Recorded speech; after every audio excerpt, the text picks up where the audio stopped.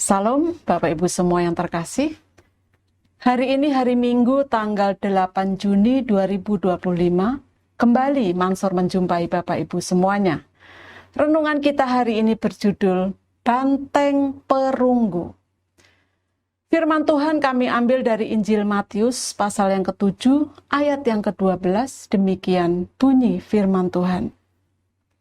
Segala sesuatu yang kamu kehendaki supaya orang perbuat kepadamu, perbuatlah demikian juga kepada mereka. Itulah isi seluruh hukum Taurat dan kitab para nabi. Banteng perunggu adalah salah satu alat penyiksaan yang mengerikan dalam sejarah.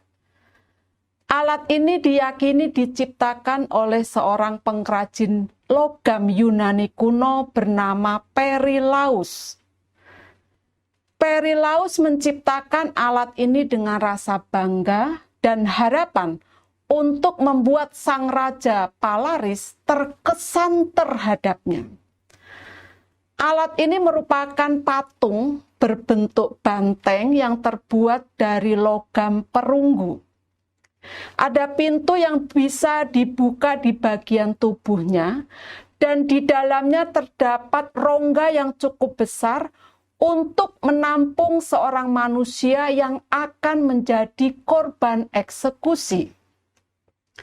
Setelah sang korban dimasukkan, dirinya akan dikunci di dalam tubuh banteng tersebut dan api akan dinyalakan di bawah tubuh banteng sampai korban di dalamnya tewas terbakar.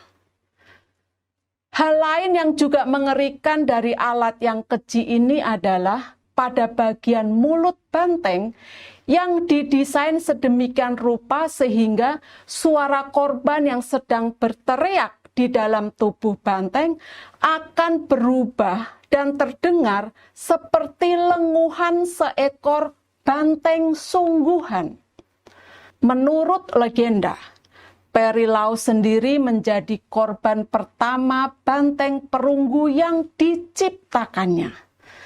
Setelah menyelesaikan alat penyiksaan ini, Perilaus menunjukkan hasil karyanya kepada Raja Palaris dan menjelaskan bagaimana teriakan korban di dalamnya akan berubah menjadi seperti lenguhan banteng. Namun ada perkataan Perilaus yang membuat Palaris jengkel, sehingga raja menjebaknya dengan meminta Perilaus untuk memperagakan efek suara tersebut.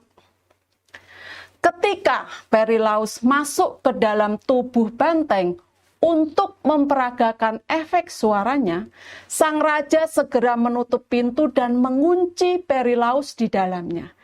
Api pun dinyalakan, sehingga Perilaus menemui ajalnya di dalam alat penyiksaan yang dia ciptakan.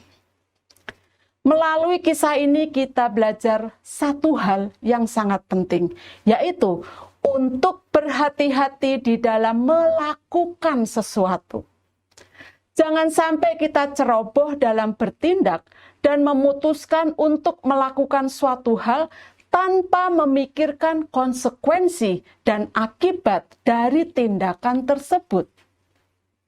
Berpikirlah secara matang dan jangan tergesa-gesa dalam bertindak. Perilaus berpikir bahwa dirinya dapat menyenangkan hati raja dengan menciptakan sebuah alat yang sangat keji, tanpa mengetahui bahwa alat tersebut akan menjadi bumerang bagi dirinya sendiri. Ketika kita hendak melakukan sesuatu, renungkanlah dampak apa yang akan terjadi kepada kita, kepada orang-orang di sekitar kita, dan kepada semua orang nantinya. Apalagi jika kita menyadari keputusan tersebut memiliki dampak yang berbahaya bagi sesama. Jangan sampai keputusan kita merugikan orang lain. Jangan sampai kita menyesal setelah semuanya sudah terlambat. Dan jangan juga sakiti perasaan orang-orang yang kita kasihi atau membuat kerugian dan celaka kepada diri kita sendiri.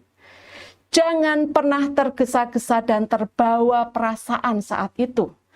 Berdoalah, meminta hikmat dari Tuhan dan pimpinan Roh Kudus untuk selalu mengambil keputusan yang tepat.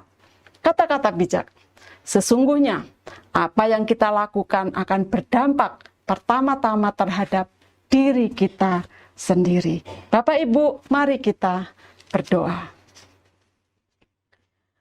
Roh Kudus, tuntunlah aku untuk selalu mengambil keputusan yang tepat. Berikan aku hikmat dan pikiran yang jernih dalam memutuskan sesuatu. Dalam nama Tuhan Yesus aku berdoa dan bersyukur. Amin. Puji Tuhan, kami mengucapkan selamat hari Minggu, selamat beribadah. Tuhan Yesus memberkati kita semua. Amin.